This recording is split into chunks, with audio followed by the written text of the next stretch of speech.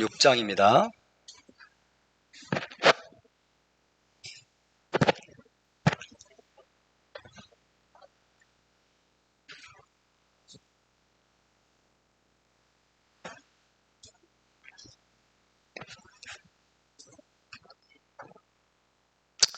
마태복음 6장 1절부터 4절 말씀을 한 목소리로 다 같이 봉독하겠습니다. 6장 1절부터 4절 말씀입니다. 시작. 사람에게 보이려고 그들 앞에서 너희 의를 행하지 않도록 주의하라. 그리하지 아니하면 하늘에 계신 너희 아버지께 상을 받지 못하느니라. 그러므로 구제할 때에 외식하는 자가 사람에게서 영광을 받으려고 회당과 거리에서 하는 것 같이 너희 앞에 나팔을 불지 말라. 진실로 너희에게 이르노니 그들은 자기 상을 이미 받았느니라. 너는 구제할 때에 오른손이 하는 것을 왼손이 모르게 하여 내 구제함을 은밀하게 하라. 은밀한 중에 보시는 너희 아버지께서 갚으시리라. 아멘. 자, 이번 주는 레의 주간이었습니다. 레의 파라샤, 레의 신명기 네 번째이고 전체적으로는 47번째 파라샤였습니다. 오늘은 히브리 관점 복음서 강의 127번째 시간이 되겠습니다. 127강입니다. 지난주까지 해서 우리는 마태복음 5장을 공부하고 이제 6장으로 들어오게 되었습니다. 지난주에는 하늘에 계신 너희 아버지의 온전하심과 같이 너희도 온전하라 하신 말씀의 의미에 대해서 살펴보았죠. 히브리어 타밈, 온전한, 이것은 타밈이죠. 함께 볼까요? 타밈. 너희는 온전하라 할 때 이 타밈은 온전한, 완전한, 흠없는, 균형 잡힌 등의 의미로 해석할 수가 있는데, 마태복음 5장 48절에서는 불편부당한, 공정한, 치우치지 않는 등의 의미로 해석할 수 있다고 말씀을 드렸습니다. 예수와께서는 불가능한 것을 명령하시는 분이 아닙니다. 하나님이 예수와가 불가능한 것을 명령하신다면 그분은 이상한 분이죠. 우리가 지킬 수도 없는 명령을 하라고 명령하시면 하나님은 이상한 분입니다. 그래서 그분이 하신 명령은 어느 것도 불가능한 명령이 없다는 것을 우리는 기억해야 될 줄로 믿습니다. 아멘. 주님은 제자들이 자신의 생각과 고정관념을 버리고 기꺼이 순종하려고 하면 충분히 할 수 있는 것을 명령하시는 분이십니다. 그리고 그분의 명령은 생명입니다. 아멘입니까? 그분의 명령은 생명입니다. 우리를 살리기 위해서, 우리를 자유케 하기 위해서, 우리를 거룩하게 하기 위해서 주시는 것이 하나님의 명령이라는 것을 기억하시기 바랍니다. 우리 하나님은 세디스트가 아닙니다. 이스라엘 백성을 괴롭히기 위해서, 그죠? 이스라엘 백성을 괴롭히고 막 올가매고 막 이스라엘 백성들을 막 힘들게 하고 억압하고 그렇게 하기 위해서 하나님이 어떤 계명들을 주시는 것이 결코 아닙니다. 이스라엘 백성들을 자유케 하시기 위해서, 이스라엘 백성을 거룩하게 하시기 위해서, 여러분 또 하나님을 닮도록 하기 위해서 모든 계명과 법도와 율례를 주시는 분임을 믿으시기 바랍니다. 여러분이 가정에서 자녀들을 기르기 시작하시면 어떻게 하십니까? 아이에게 해라 하지 마라가 많아지죠. 해라 하지 마라가 많아지는데 해라 하지 마라를 괴롭히려고 하십니까? 전혀 그렇지 않죠. 아이들에게 하지 마라는 게 많아요. 애들이 해서는 안 될 게 많습니다. 또 해야 될 게 많아요. 근데 해라 하지 마라는 이 명령을 아이들에게 줄 때, 가르침을 줄 때 아이들을 괴롭히려고 하는 부모가 어디 있습니까? 근데 왜 하나님은 율법은 무거운 짐이라고 생각하는 거예요? 왜 하나님이 주신 계명과 율례와 법도는 막 사람들을 괴롭히고 이스라엘들을 막 억압하려고 하나님이 주셨다고 생각을 하는 거예요? 너무나 잘못된 거예요. 너무나 잘못된 것입니다. 계명은 생명입니다. 계명은 살리기 위해서 주신 것입니다. 자유케 하기 위해서 주신 것입니다. 다시 토라는 자유의 헌법입니다. 할렐루야. 토라는 자유의 헌법으로 주신 것임을 믿으시기 바랍니다. 토라 안에서 행할 때 우리는 여러분 자유함 가운데 살아가게 되는 것입니다. 아멘입니까? 여러분 자동차의 법규들을 잘 지키면 자유롭게 질주할 수 있죠. 자유롭게 주행할 수가 있어요. 근데 법규를 어기면 삑 하면서 경찰이 쫓아와요. 그죠? 법규를 어기거나 여러분 그러면 경찰이 쫓아올 뿐만 아니라 또 법규를 어기게 되면 어떤 일이가 쾅 사고가 나죠. 이런 거예요. 법을 어기면 자유가 사라집니다. 사고가 납니다. 문제가 생깁니다. 그러나 법을 지키면 여러분 마음도 떳떳하고 여러분 진정한 자유가 있다는 것을 기억하시기 바랍니다. 할렐루야. 할 수 없는 것을 하라고 하시는 분이 결코 아닙니다. 그죠? 도저히 지킬 수 없는 계명을 여러분 하나님이 명령하시거나 예수와께서 명령하시는 분이 결코 아니에요. 우리 주님은 선하신 분이십니다. 선하신 하나님께서 우리의 유익을 위해서, 우리의 샬롬을 위해서, 또 우리의 거룩을 위해서 주님께서 여러분 모든 계명들과 가르침들을 주신다는 것을 여러분 꼭 기억하시기 바랍니다. 할렐루야. 그래서 제자들이 자신의 그 생각과 고정관념을 버리고 기꺼이 순종하려고 하면 충분히 할 수 있는 것을 명하시는 분이라는 사실을 기억해야 될 줄로 믿습니다. 저와 여러분은 하늘 아버지의 모든 성품과 속성을 본받아야 됩니다. 왜? 이스라엘은 하나님의 아들이기 때문에. 답시다. 이스라엘은 하나님의 아들입니다. 옆에 분에게 당신도 하나님의 아들입니다. 할렐루야. 아들은 아버지를 본받는 자를 아들이라고 그래요. 아멘입니까? 아들은 아버지를 본받는 자. 이스라엘이 하나님의 아들이라면 하늘에 계신 아버지의 성품과 아버지의 모든 속성을 본받아야 될 줄로 믿습니다. 우리는 하나님의 아들들로서 하나님의 자비로우심, 하나님의 공의로우심, 하나님의 은혜로우심, 또 거룩하심, 관대하심을 본받아야 되고 특별히 어느 쪽으로도 치우치지 않는 공정하심을 본받아야 됩니다. 아멘입니까? 하나님은 어느 쪽으로도 치우치지 않는 공정하신 분이라고 말씀하고 있어요. 마태복음 5장 45절 47절 언급된 하나님은 악인과 선인 모두에게 해를 비춰주시며 선대하시는 분이다. 악인과 선인 모두에게 해를 비추시며 선대하시는 분, 어느 쪽으로도 치우치지 않으시는 분이라고 말씀하고 있습니다. 또 하나님은 의로운 자와 불의한 자 모두에게 하늘에서 비를 내려주시는 분이라고 말씀하고 있습니다. 하나님은 공평하신 분이라는 뜻입니다. 그죠? 선인들과 악인들에게, 의로운 자와 불의한 자에게 똑같이 해를 비춰주시고 비를 내려주시는 하나님은 어느 쪽으로도 치우치지 않는 공평하신 분이라고 말씀하시고 그 하나님의 온전하심을 너희는 본받으라고 말씀하고 있는 것입니다. 그 하나님의 온전하심을 본받아서 너희도 온전하라. 너희도 탐임하라고 명령하십니다. 그래서 쉽게 말해서 주님은 너희도 친구와 이방인을, 형제와 원수를, 사랑하는 자와 모욕하는 자를 똑같은 선의와 동일한 존엄성으로 대하라고 말씀하신 것입니다. 그렇게 존중과 진실함과 관대함이 있어서 치우침이 없고 편파적이지 않으며 공정한 것이 바로 48절에서 예수와께서 말씀하시는 온전함의 의미라고 할 수 있습니다. 물론 여러분 우리가 하나님처럼 온전한다는 것이 쉬운 일이겠습니까? 결코 쉬운 일은 아니죠. 하나님처럼 온전하게 행한다는 것이 쉬운 일은 아니지만 그것은 우리가 평생에 걸쳐 추구해야 될 우리의 목표가 되어야 될 줄로 믿습니다. 평생 동안 이루어가야 될 우리의 목표가 되어야 됩니다. 아멘. 주님 나도 하나님처럼 온전하기를 원합니다 라고 우리가 고백하고 기도하면서 온전할 수 있는 길을, 토라를 계속 우리가 배워가노라면 점점 우리가 하나님을 닮아가게 될 줄로 믿습니다. 그런데 처음부터 어떻게 우리가 하나님처럼 온전해? 안 돼 이거는. 그리고 포기해버리면 어떤 일이 벌어지겠습니까?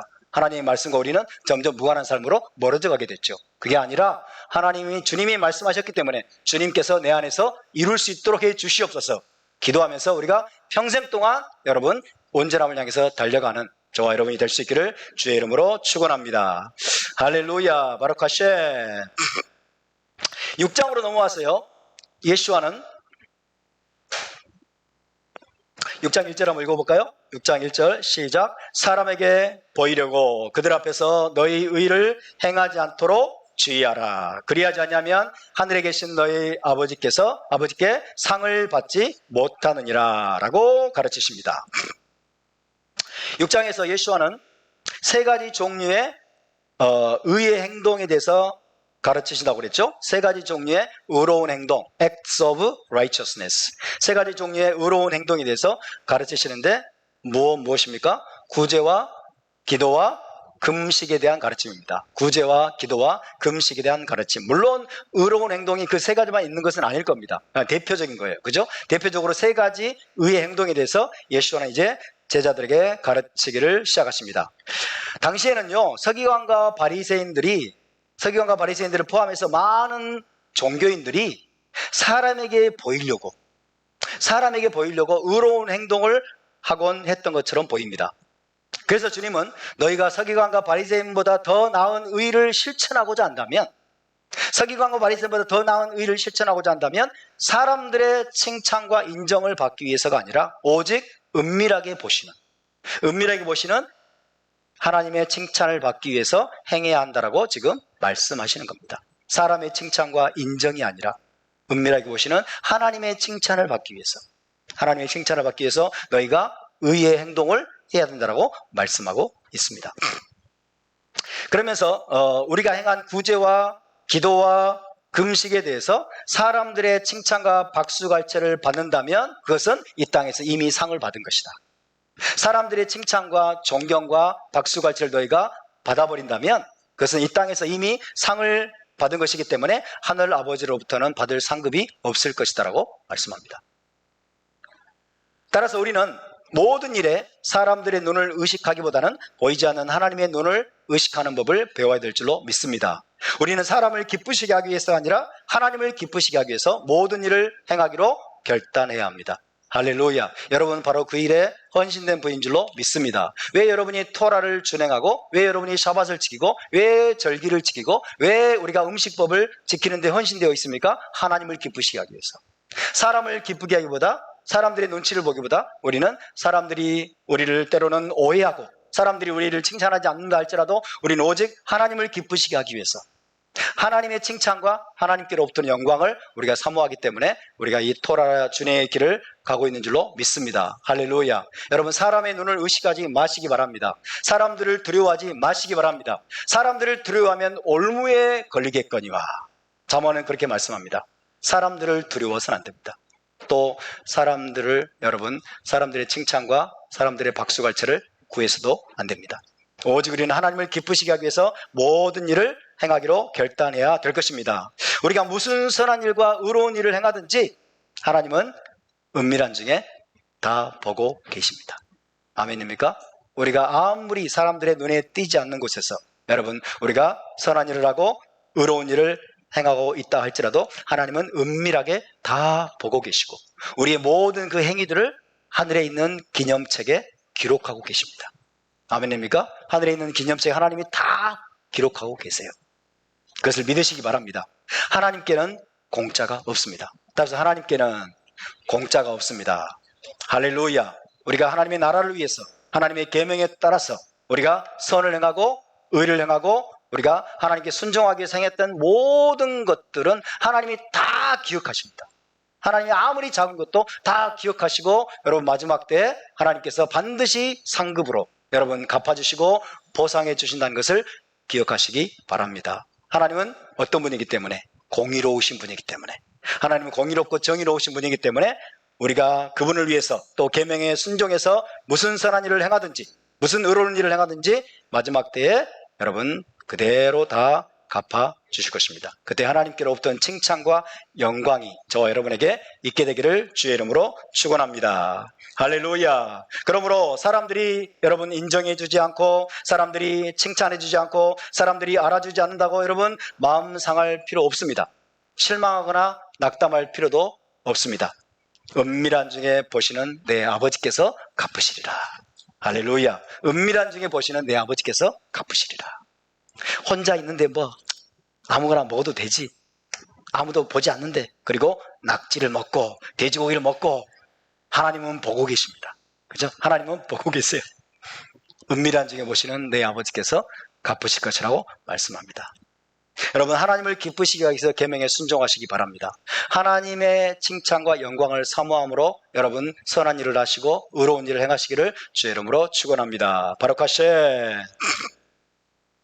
자, 이제 6장 2절을 다 함께 읽어보겠습니다. 6장 2절입니다. 2절 시작. 그러므로 구제할 때에 외식하는 자가 사람에게서 영광을 받으려고 회당과 거리에서 하는 것 같이 너희 앞에 나팔을 불지 말라. 진실로 너희에게 이르노니 그들은 자기 상을 이미 받았느니라. 아멘. 지난주에도 언급했듯이요, 유대교에서는요 가난한 자에 대한 구제를 너무나도 중요하게 여깁니다. 유대적인 신앙은, 히브리적인 신앙은 가난한 자에 대한 구제 혹은 자선, 이것을 너무나도 중요하게 여깁니다. 그것을 의의 행동으로, 의의 행위로 여깁니다. 굉장히 중요한 의의 행동으로 여기는 것입니다. 구제와 혹은 자선으로 번역이 되는데, 자선, 구제의 자선으로 번역되는 히브리어가 ጼ다카라고 했어요. ጼ다카. 해봅시다. ጼ다카.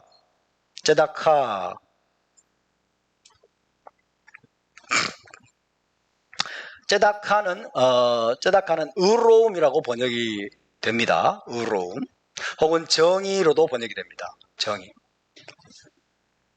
그런데 이것이 이제 구제 혹은 자선을 가리키는 용어로 상당히 많이 이제 사용되고 있습니다. ጼ다카와 미시파트가 있습니다.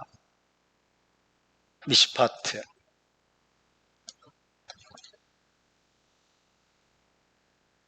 ጼ다카와 미시파트는,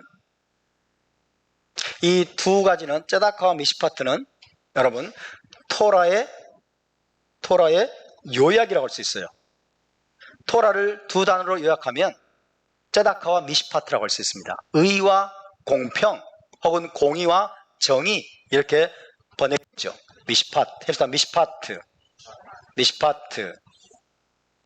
ጼ다카와 미시파트가 제대로 작동이 되는 나라와 사회, ጼ다카와 미시파트가 제대로 작동되는 사회는 자유로운 사회고 정의로운 사회인 것입니다. 이스라엘이 지향해야 될 사회가 바로 ጼ다카와 미시파트의 사회죠. 어제 저녁에 메시지를 못 들으신 분들이 상당히 많겠죠? 여러분이 들으시길 별로 제가 기대를 안 하는데, 그래서 들으시길 바랍니다. 어제 저녁에 못 들으신 분들을 위해서, 자, 미시파트와 ጼ다카를 어떻게 구별할 수 있느냐? 미시파트도 역시 의로움으로 번역이 돼요. 공의, 정의, 이렇게 번역이 됩니다. 미시파트는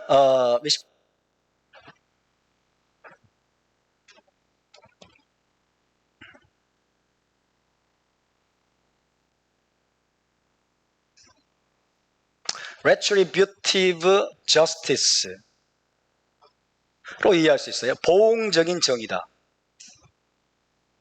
보응적인 정의. 어디에서? 법적인. 그죠? 법정에서. 어떤 사람이 잘못을 했어요. 죄를 범했어요. 그러면 그 사람에게 거기에 응답해서, 보응해서 정의가 이루어져야 되겠죠. 그죠? 어떤 죄를 저질렀으면 그런 차원에서 보응적인 정의라고 할 수 있어요. 미시파트는. 샤파트가 판결하다 그러죠. 판결하다. 그래서 법적인 정의, 법정에서 판결을 통해서 정의가 세워지는 것은 보응적인 정의라고 할 수 있습니다. 이해되십니까? 보응적인 정의. 그러나 ጼ다카는 보응적인 정의가 아니라 이 구제의 자선과 상당히 연관이 되어 있죠. 그래서 이것은 distributive, good justice라고 할 수 있어요. 뭘까요? 분배적인 정의다. 분배적인 정의. 보응적인 정의 중요합니다. 죄를 지은 자는 마땅히 그에 상응하는 형벌을 받을 때 보응적인 정의가 세워지는 거예요. 이해되십니까? 예를 들어서 사람을 죽인 살인자가 있어요. 우리나라에도 그런 자가 많죠? 사람을 죽인 살인자는 그에게 어떤 보응적인 정의가 여러분 가해져야 됩니까? 사형 선고가 내려져야 돼요. 아멘? 이것이 토라법이에요. 사람을 죽인 자는 반드시 죽일지니라. 그래야 정의가 세워지는 거예요. 지금 우리나라에 8명까지 죽인 여러분 살인자도 사형 판결을 안 받고 있죠? 사형 선고 안 내려지고 있어요. 그리고 국민의 어마어마한 세금을 들어가지고 여러분 교도소에서 그를 먹여 살리고 있어. 이거는 정의가 아니에요. 그렇게 보응적인 정의가 세워지지 않으면 어떤 일이 벌어질까요? 살인죄가 여러분 가볍게 여겨지는 거예요. 그래서 또 다른 살인 행위들이 여러분 계속해서 만연될 수 있어요. 이게 문제입니다. 보응적인 정의는 엄격하게 여러분 세워져야 됩니다. 엄정하게. 아멘입니까? 어떻게? 피해를 끼친 만큼, 손해를 끼친 만큼, 죄를 범한 만큼에 상응하는 형벌이 내려져야 된다. 이게 뭐예요? 미슈파트. 이게 바로 보응적인 정의입니다. 도둑질했으면 당연히 벌을 받아야죠. 그러나 이것만 가지고는 안 되고 나라가 자유로운 사회가 되고 여러분 풍요로운 사회가 되려면 제다카가 필요해요. 분배적인 정의. 분배적인 정의. 분배적인 정의는 무엇으로 실현이 될까요? 구제와 자선으로 실현이 됩니다. 자선으로.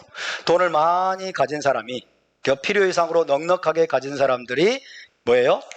도덕적인 책임감을 가지고 이제 덜 가진 사람들, 가난한 사람들, 힘이 없는 사람들에게 기꺼이 나눠주면서 섬기는 이런 차원의 정의가 이루어지는 것이 바로 분배적인 정의입니다.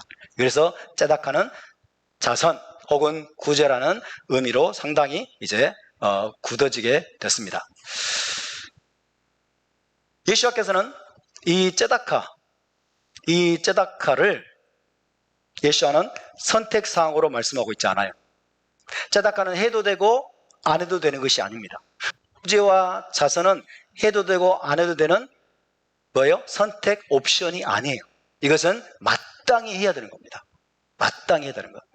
너희가 구제할 때에 그랬죠? 맞습니까? 너희가 그러므로 구제할 때에 when you give to the needy 궁핍한 자들에게 너희가 줄 때라고 했죠. 맞습니까? 근데 when이 아니라 if라고 표현하지 않았어요. if 만약에 준다면이라고 하지 않았어요. 만약에 준다면이면 이건 옵션이 돼요. 해도 되고 안 해도 되는 것이 됩니다. 그런데 주님은 when이라고 했어요. when 너희가 가난한 자들에게 줄 때 그 말이에요. 구제할 때 이거는 당연히 해야 되는 것으로 주님 말씀하고 있어요. 당연히 해야 되는 것으로. 그래서 if가 아니고 when입니다. 뭐뭐 한다면 만약 뭐뭐 한다면 가정이죠. 이거는 해도 되고 안 해도 되는 걸 말해요. 주님은 if라고 표현하지 않고 when이라고 말씀하고 있어요. 그러니까 제다카는 굉장히 중요한 것이고 그리고 마땅히 해야 되는 것이에요. 마땅히 해야 되는 것. 제가 어제 저녁에도 설명을 드렸습니다만은 이 제다카라는 단어에는 두 가지 함께 들어있어요. 정의의 요소가 있고 그 다음에 자선의 요소가 함께 들어있습니다. 정의는 그리고 자선은 정의와 자선은 원래 양립하기 어려운 거예요. 정의는 마땅히 해야 되는 것이 정의입니다. 마땅히 해야 되는 것. 제가 우리 서전사님에게 100만 원을 빚졌다. 100만 원을 빚졌어요. 그러면 제가 100만 원을 갚아주는 것은 자선입니까? 정의입니까? 정의죠. 그죠? 마땅히 해야 되는 거예요. 이런 것이 정의입니다. 그죠? 근데 100만 원을 빚지지 않았어요. 근데 서전사가 지금 너무 돈이 없어가지고 괴로워하는 모습이 느껴져. 그래서 제가 이 자비로운 마음으로 그냥 주는 거예요. 그럴 때는 뭐예요? 이건 정의입니까? 자선입니까? 자선이죠. 그러니까 내가 정의로 행할 때는 자선이 아니고 자선으로 행할 때는 정의도 아니죠. 그러니까 자선과 정의는 원래 양립하기 어려운 거예요.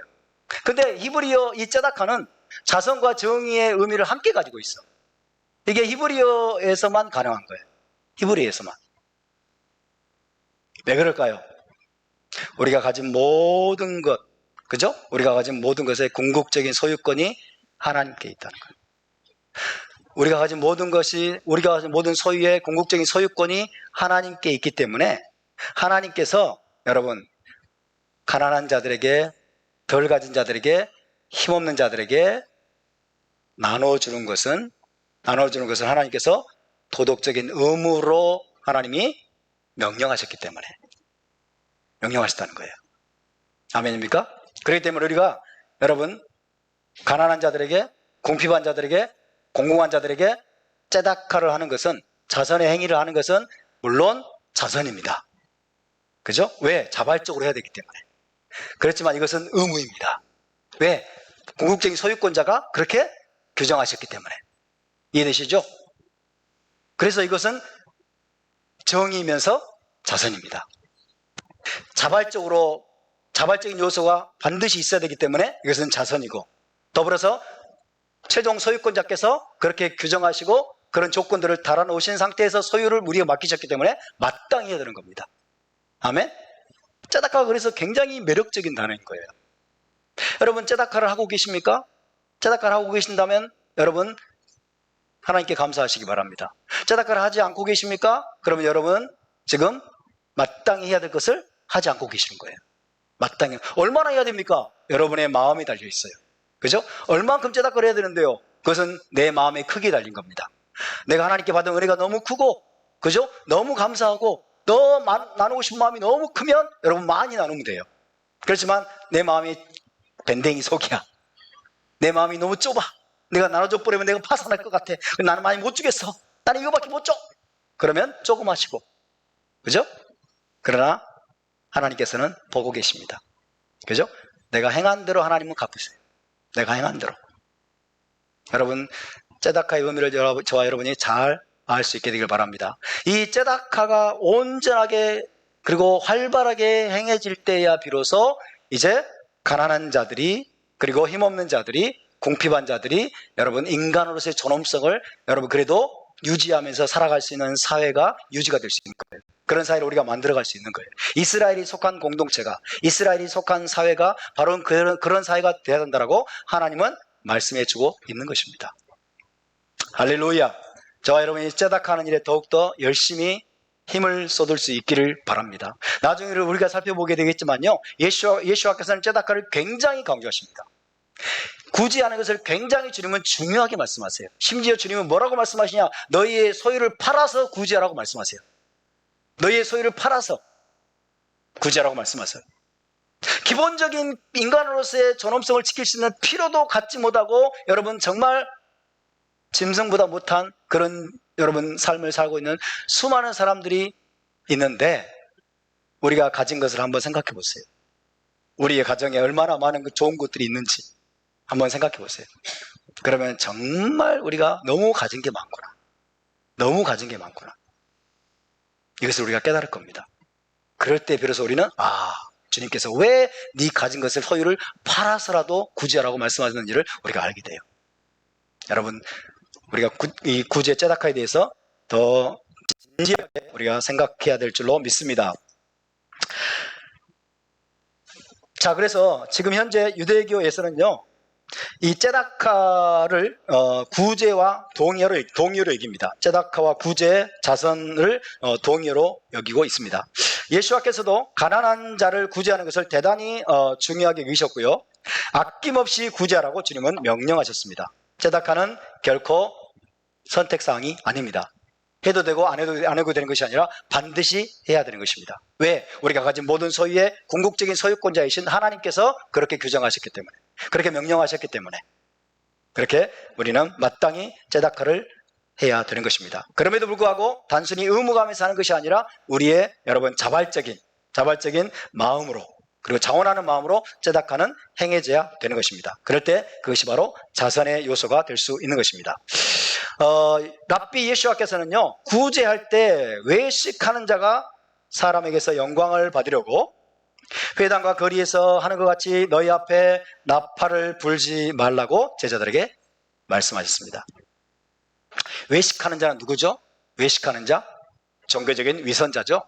종교적인 위선자들이 사람에게서 영광을 받으려고 회당과 거리에서 하는 것 같이 너희 앞에 나팔을 불지 말라라고 말씀하십니다. 자, 여러분, 한 부자가 회당에 들어오는 모습을 상상해 보세요. 한 부자가, 돈 많은 부자가 회당에 들어옵니다.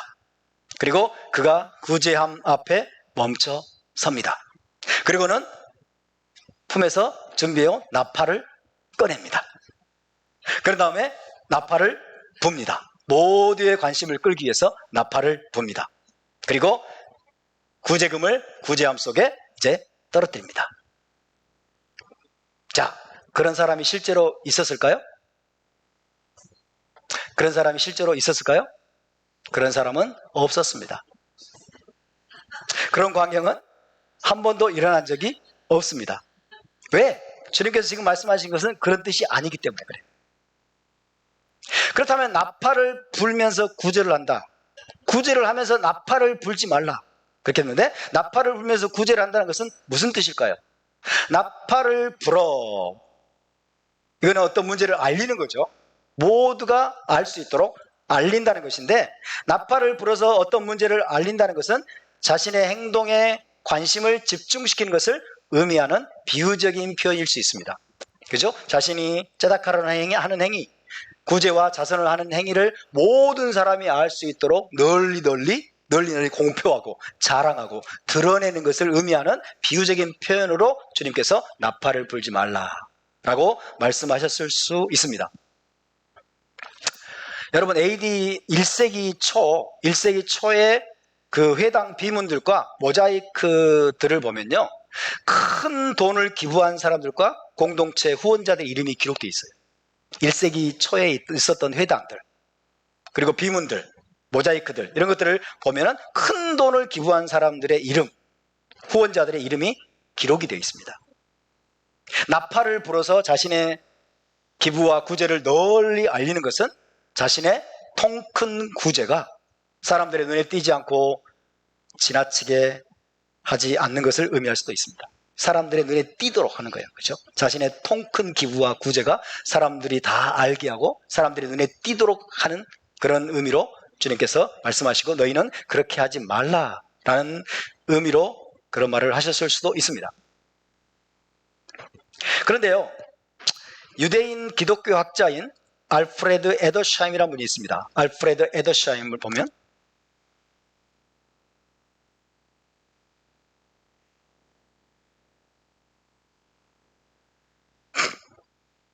유대인 기독교 학자입니다.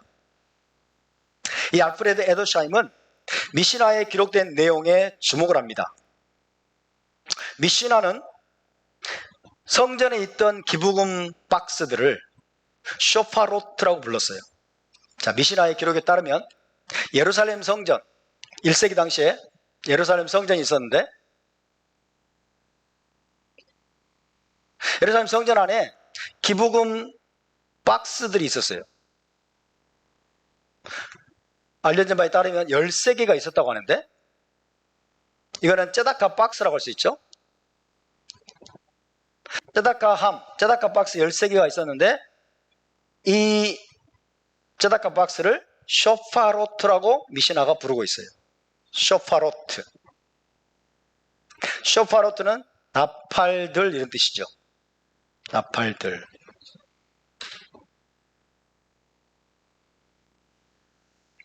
왜 쇼파로트라고 불렀느냐? 미시나가, 그것은 당시의 기부금 박스가 정확하진 않지만 이런 식으로 만들어졌기 때문입니다. 위에는 좁고 밑에는 넓은 형태로 나팔 모양처럼 성전에 설치되어 있던 째다카 박스가, 기부금 박스가 위에는 좁고 아래쪽은 넓은 모양으로, 나팔 모양으로 되어 있었기 때문에 이 미시나가 째다카 박스를 쇼파로트라고 불렀습니다. 왜 저런 모양으로 되어 있었을까요? 파렴치한 기부자들이 손을 집어넣어서 그 안에 있는 돈을 훔쳐가는 것을 방지할 목적으로 저렇게 만들어져 있었던 것으로 보입니다. 여러분, 큰 교회에 가보면 부흥집회를 하면요, 헌금함을 옛날에 돌렸죠. 헌금함을 다 돌렸어요. 그때 새신자가 와가지고 헌금함 돌리는 거 보면서 헌금하는 게 아니고 손을 집어넣어서 가져가는 경우도 있었어요. 가져가는 경우도. 신앙이 제대로 없는 사람이 부흥회 때 막 분위기 밀려가지고, 부흥회 옛날에 많이 사람들이 막 교회로 왔잖아요. 그러면 헌금함 돌아가면 거기서 돈을 자기는 훔쳐가. 그죠?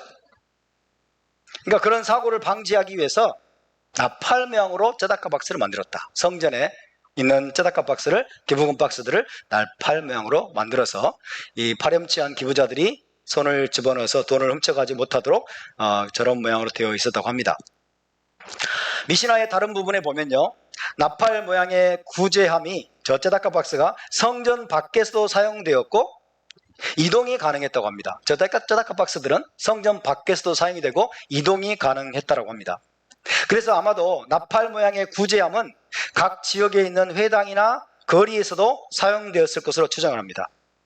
그죠? 성전에 있는 째다카 박스의 모양을 본떠서 각 지역에 있는 회당에서도 저렇게 나팔 모양의 구제함, 제닷값 박스가 설치가 되고 또 거리에서도 저렇게 나팔 모양의 제닷값 박스들이 사용됐을 것으로 추정을 합니다.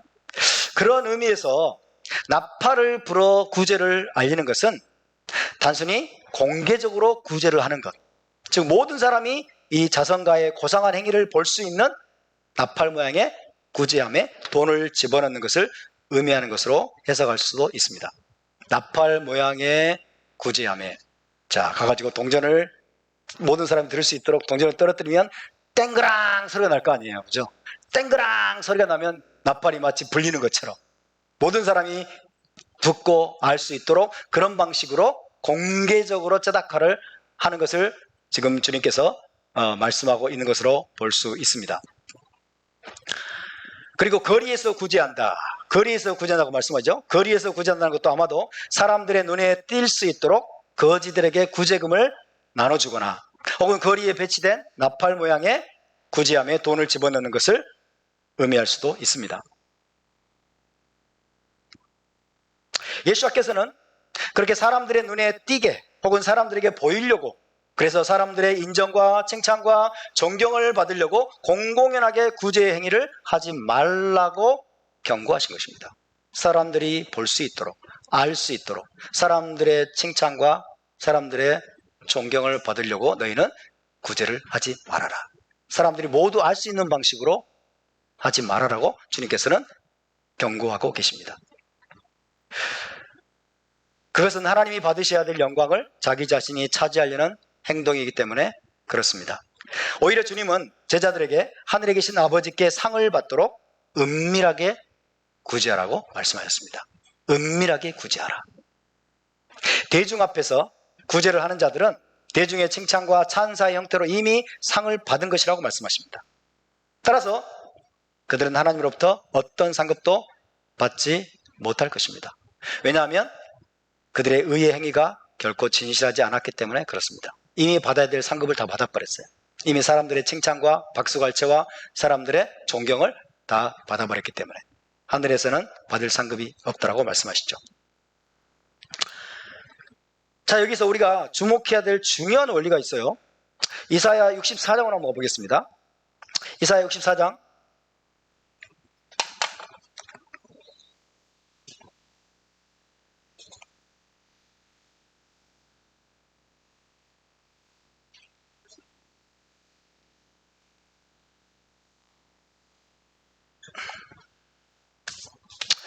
우리도 나팔 모양의 쩌다카 박스를 한번 설치 한번 해볼까요? 자, 이사야 64장 6절을 한번 읽습니다. 이사야 64장 6절 말씀인데요. 시작. 무릇 우리는 다 부정한 자 같아서 우리의 의는 다 더러운 옷 같으며 우리는 다 잎사귀같이 시들므로 우리의 죄악이 바람같이 우리를 몰아가나이다. 우리는 다 부정한 자 같아서 우리의 의는 뭐 같다고요? 다 더러운 옷 같으며, 그죠? 우리의 의는 다 더러운 옷과 같다고 이 말씀하고 있어요.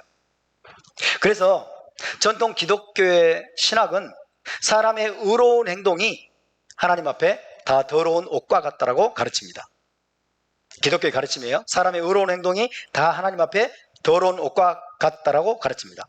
그렇기 때문에 개신교는요, 믿는 자가 의로운 행동을 하려고 하는 것이 쓸데없는 것이고 무가치한 일인 것처럼 말하곤 합니다.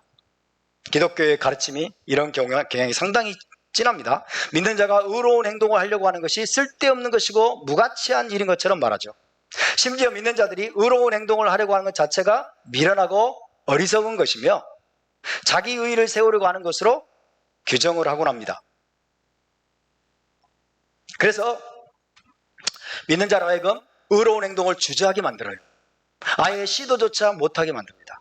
우리가 의롭게 살아야 된다, 의로운 행동을 해야 된다 라고 말하면 왜 자기 의의를 세우려고 하느냐 이러면서 반발을 해요.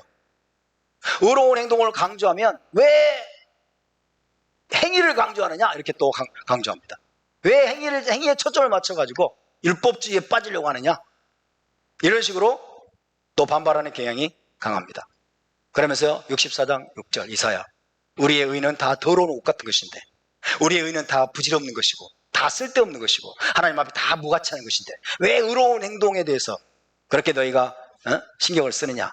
그것이 너희를 구원하지 못해. 그것은 자기의를 쌓는 거야. 이런 식으로 여러분 가르쳐서 사람들로 하여금 의로운 행위를 주저하게 만들어요. 그리고 의로운 행위에 대해서 사람들이 더 마음을 쓰지 못하게 만들어요. 이것이 전통 기독교의 경향성입니다. 그러나 이사야 64장 6절 말씀은 그런 뜻이 아닙니다. 이사야 64장 6절 말씀은 우리의 의로운 행동이 전혀 필요 없다는 뜻이 아니에요. 우리의 의로운 행동이 전혀 무가치하다는 뜻이 아닙니다. 이사야 64장 6절 말씀은 하나님의 완전하신 의에 비하면 우리가 행하는 의로움이 더러운 옷과 같다는 뜻이에요. 하나님의 완전하신 의에 비교해보면 우리의 의로움이 더러운 옷과 같다는 뜻이기 때문에 우리는 그것을 내세우거나 자랑할 수 없다는 뜻이에요.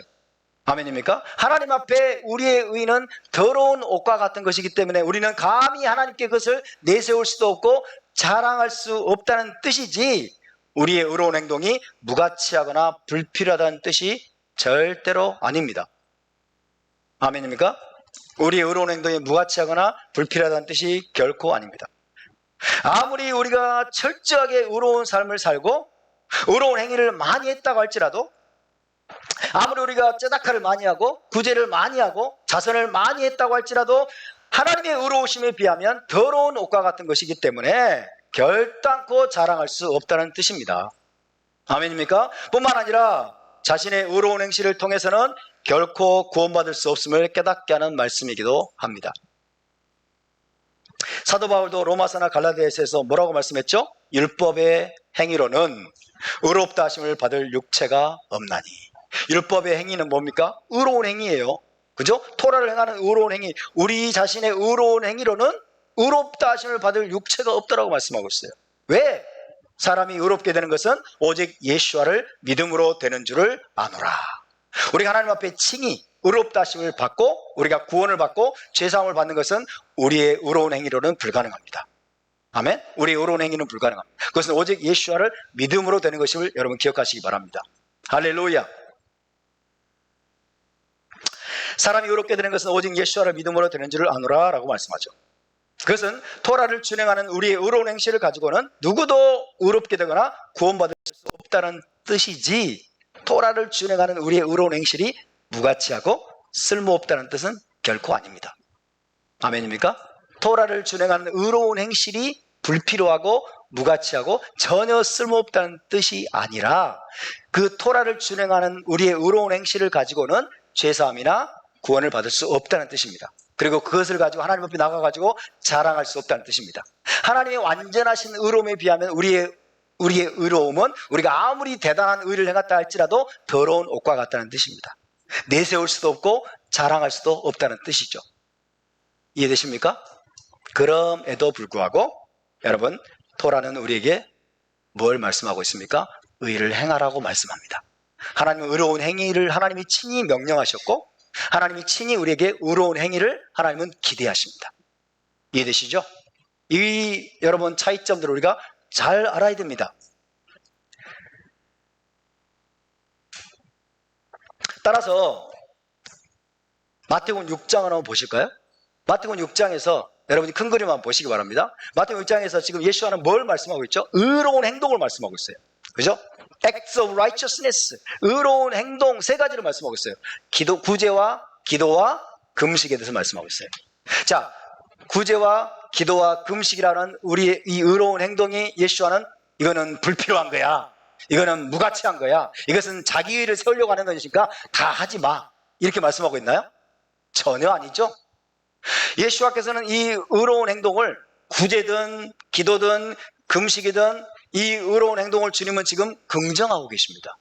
그리고 여러분 복음서를 읽어보면 주님은 이것을 굉장히 강조합니다. 구제를 굉장히 주님은 강조하고 계십니다. 마태복음 6장에서 주님께서 말씀하신 것은 잘못된 동기로 의를 행하는 것을 주님은 경계하십니다.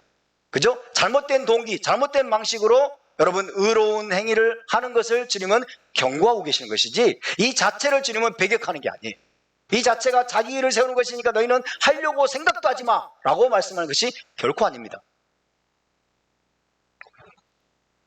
주님은 그 의로운 행위들을 어떤 동기와 어떤 자세로 행해야 되는지를 가르쳐 주십니다. 그리고 올바른 동기와 자세를 가지고 구제를 하고 올바른 동기를 가지고 기도와 금식을 행했을 때 하나님 아버지께서 상을 주실 것이라고 말씀하십니다. 아멘. 하나님께서 준비하신 상급이 있다는 뜻입니다. 우리가 성경을 잘못 이해하면요, 성경의 어떤 구절들을 가지고 요거를 가지고 극단적으로 끌고 갑니다. 우리의 의는 다 더러운 옷과 같다고 말씀했어. 그래서 나는 어떤 의를 행해도 다 부질없는 짓이야. 하나님은 이것을 좋아하시지 않는데, 이렇게 가지고 이제 의로운 행동을 하지 않는 방향으로 나갈 수가 있다고 하는데 전혀 그런 뜻이 아닙니다. 성경은 종합적으로 봐야 돼요. 아멘. 성경은 종합적으로 봐야 됩니다. 다시 말해서 토라의 명령에 따라서 우리가 행하는 의의 행위들은 하나님을 기쁘시게 하고 하나님께 영광이 돌아가게 하는 것일 뿐만 아니라 하나님께 상을 받을 수 있는 길이라는 뜻입니다. 아멘입니까? 우리의 의로운 행동은 하나님께 중요합니다. 하나님 이걸 소중하게 여기십니다. 하나님은 의로운 행위를 그분 자신이 명령하셨습니다. 너희는 의롭게 살아라. 너희는 공의와 정의를 행하라고 말씀하십니다. 너희는 미슈파트와 ጼ다카를 행하라고 말씀하십니다. 아브라함을 하나님이 선택하신 것은 아브라함의 자손들에게, 후손들에게 여호와의 도를 지켜 행하고 의와 공도, ጼ다카와 미슈파트를 그들이 지켜 행하도록 하기 위해서 아브라함을 선택하신 겁니다. 할렐루야. 하나님이 이스라엘을 선택하시고 우리를 예수를 통해서 구원하신 이유가 무엇입니까? 의로운 행동을 하라고 하는 것이요, 의롭게 살도록 하기 위한 것입니다. 정직하고 선하고 의롭게 살도록 하기 위해서 저와 여러분을 구원하시고 이스라엘로 불러주신 것을 믿으시기 바랍니다. 그러나 중요한 것은 그럴지라도 우리는 하나님 앞에 우리의 의를 자랑할 수 없습니다. 그리고 우리의 의를 내세울 수도 없습니다. 왜? 하나님의 의로우심을 비하면 태양빛 앞에서 여러분 촛불이 감히 지가 빛난다고 여러분 자랑할 수 있습니까? 예? 뜨겁게 내리쬐는 태양빛 앞에서 촛불이 자기 불빛을 자랑하면 이게 말이 되냐고요. 마찬가지예요. 여러분 완전하신 하나님의 의로움 앞에 우리가 의로움을 좀 자랑하려고 가지고 나갔더니 부끄러워가지고 여러분 완전히 더러운 옷과 같네. 자랑할 수가 없어. 우리는 내세울 수도 없고 자랑할 수도 없어요. 이 더러운 옷과 같은 옷을 입은 이 더러운 옷과 같은 옷을 입은 우리를 하나님이 받아들여 주시는 것만도 은혜입니다. 모든 게 감사입니다. 그래서 우리는 열심히 의를 행하고 열심히 선을 행하고 열심히 짜다카를 하고 열심히 우리가 계명들을 순종한 다음에는 마지막에 주님이 어떻게 우리가 고백하라고요? 주님 나는 무익한 종이오니, 주님 나는 무익한 종이오니 나를 불쌍히 여겨주십시오 라고 기도할 수 있을 뿐입니다. 하나님은 그것을 기뻐하시는 거예요. 그 겸손을 기뻐하시고 여러분 그 낮은 마음을 하나님은 기뻐하실 거예요. 아멘입니까? 그러니까 우리가 행한 의의를 가지고 우리는 우리 안에 자기의를 쌓지 않도록 조심해야 돼요. 우리가 행한 의의를 가지고 우리가 구원받으려고 하는 그 경향을 조심해야 돼요. 우리가 행하는 의의를 가지고 우리가 사람들에게 칭찬을 받고 사람에게 칭찬과 영광을 받으려고 여러분 우리가 의로운 행위를 하지 않도록 조심해야 됩니다. 아멘. 우리가 올바른 자세와 올바른 동기로 구제를 행하고 또 기도를 하고 또 금식을 하게 되면 하나님께서는 그것을 은밀하게 보시면서 상급을 준비하실 것이라고 주님은 말씀하고 있습니다. 왜? 그 자체가 선한 것이기 때문에, 그 자체가 합당한 것이고 하나님이 명령한 것이기 때문에. 아멘. 우리가 이것들을 이해하고 있으면 우리는 부지런히 의를 행할 수 있어요. 부지런히 의를 행하면서도 우리의 마음이 삐뚤어지지 않도록 우리가 여러분 우리 자신을 지킬 수 있습니다.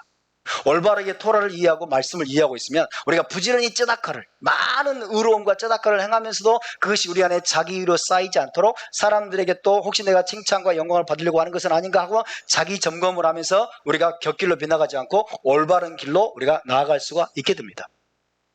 할렐루야. 우리가 토라의 계명에 따라서 그렇게 의로운 행위를 하는 것은, 구제와 기도와 금식을 하는 것은 구원받기 위해서가 아니라 구원받았기 때문입니다.